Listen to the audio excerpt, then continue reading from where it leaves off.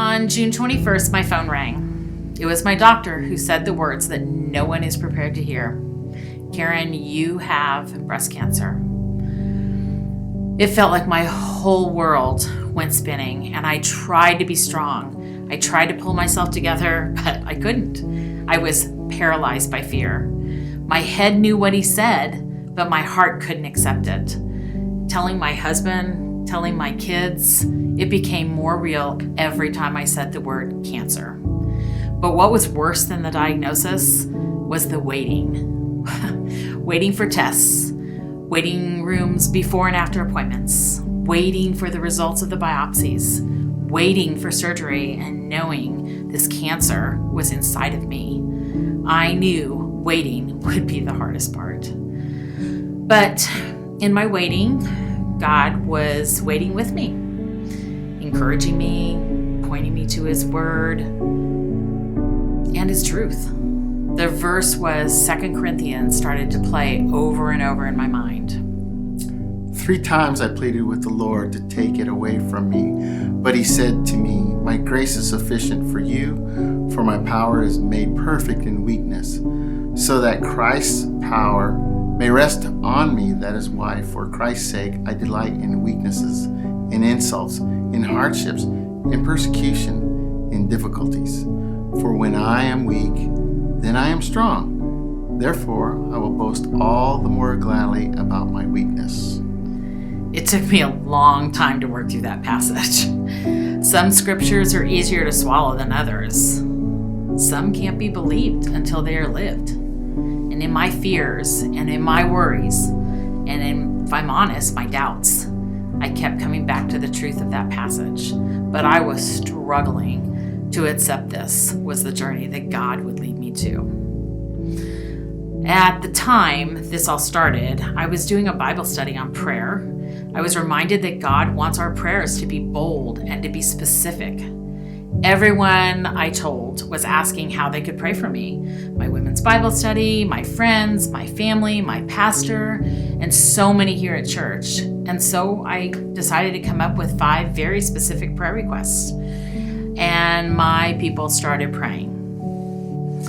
On August 4th, Phil and I drove to the hospital for my surgery. I had never had any major surgery, and I was afraid of the surgery, afraid of the outcome, afraid to leave Phil sitting in the waiting room, terrified at what would happen between the time I checked in and the time surgery was over. But out of nowhere, I felt it for the first time. Peace. It was unbelievable and amazing. Miraculously, each of the 5 specific things that I asked people to pray for got checked off the list one by one. God did not leave one of them out, and he showed up, and I couldn't shut my mouth about it. I told everyone I saw just how great my God is. This road by no means has been easy. It's been the hardest thing I've ever had to go through. And since August 4th, I've had 2 more surgeries, and another final one will be in January. I'm still waiting for healing, but ever since that day, I have indescribable peace. And Isaiah 41:13 says, "For I am the Lord your God, who takes hold of your right hand and says to you, 'Do not fear, I will help you.'" Every time I read this simple verse on my fridge, I picture Jesus sitting right beside me and holding my hand. How could I not have peace picturing that? Even with peace, waiting isn't easy. Waiting so easily grows into fear. But one command that is all over the Bible from cover to cover is, do not be afraid. While I accepted my diagnosis, God wanted me to accept his peace.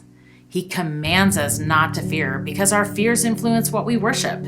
And when we worship the things or people we trust in, but I trust in God, even when life doesn't go my way, even as I cry out and wait for this to be over with. I may not always understand his purpose or why he allowed this, but I know my God and I know he loves me and that he has promised to bring about eternal blessings, not just in spite of my sufferings, but because of them. From the day my doctor called to this very moment, God is in control. He is as good today as he was before I was diagnosed. and I have peace knowing He will take care of me. And Advent is a season of waiting. We're all waiting for something better, and I can rest in the waiting, knowing God has something better for me, both now in this life and in the life to come. Whatever difficulty I am currently experiencing cannot be compared to the glory He has revealed to me, and that He gives me peace for today and whatever tomorrow may hold. As I continue on through the highs and the lows of this cancer journey, I don't want to run from this season God has led me to just because it's hard. That's usually where He does His best work. No matter how difficult it gets, I know that God has a purpose for taking me on this journey. And today I'm cancer-free, which is pretty exciting, but the journey isn't over. And until it is, I